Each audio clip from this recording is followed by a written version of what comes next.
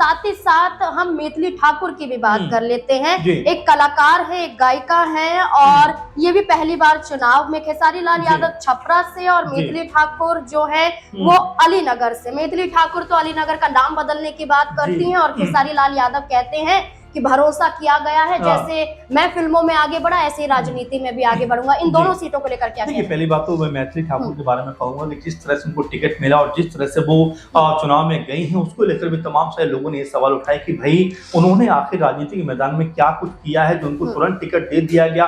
कई बीजेपी के नेताओं तक ने ये सवाल उठाए कि भाई हम लगातार पार्टी के लिए काम कर रहे हैं, हमें छोड़कर 25 साल की मैथिली ठाकुर को आखिर टिकट क्यों दिया गया। खैर, अब टिकट मिल गया, चुनाव में वो उतरी, प्रचार प्रसार भी उन्होंने किया, लेकिन उनके प्रचार प्रसार के तरीके पर भी कई तरह के सवाल उठते हुए दिखाई पड़े। जैसा आपने भी कहा कि उन्होंने कहा कि भाई अगर मैं चुनाव जीतती हूं तो मैं अलीनगर का नाम चेंज कर दूंगी। अब नाम चेंज करने से क्या उस क्षेत्र का विकास हो जाएगा? जब उनसे ये पूछा गया, कहती है मेरे पास अभी ब्लूप्रिंट नहीं है, मैं इसको बड़ा निजी रख रही हूँ, बाद में चलकर बताऊंगी। तो एक स्पष्टता उनके बयानों में नजर नहीं है। इसी को लेकर कई लोगों ने उनकी आलोचना तक की और यही वजह है कि यहाँ से विनोद मिश्र जो है वो आरजेडी टिकट पे चुनाव मैदान में हैं और यहाँ से मुकाबला कड़ा होने वाला है, क्योंकि इस सीट के ऊपर मुकेश सहनी की जो पार्टी है वो चुनाव हार गई थी 2020 में महज 3000 वोटों से। लेकिन जिस तरह से यहाँ पर आरजेडी और मुकेश सहनी का गठजोड़ है, मेरे ख्याल में ऐसा लगता है कि मैथिली ठाकुर के लिए चुनाव जीतना बेहद